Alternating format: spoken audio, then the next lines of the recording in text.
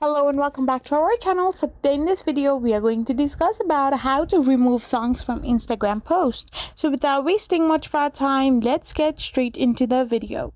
So you cannot directly just open your Instagram and go to your post and delete the music option.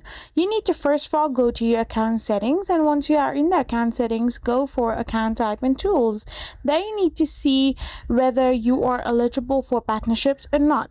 So if you are eligible for partnerships and ad, you can simply go and tap on branded content and check that. So once you have tapped on it and checked it, you need to simply come back to the post you want to remove the music from, and there you need to click on the three dots option, and there you can find partnership labels and ad. So once you tap on partnership labels and ad, you need to simply post this picture or the reel as a paid partnership, and you will be able to remove song from that particular Instagram post.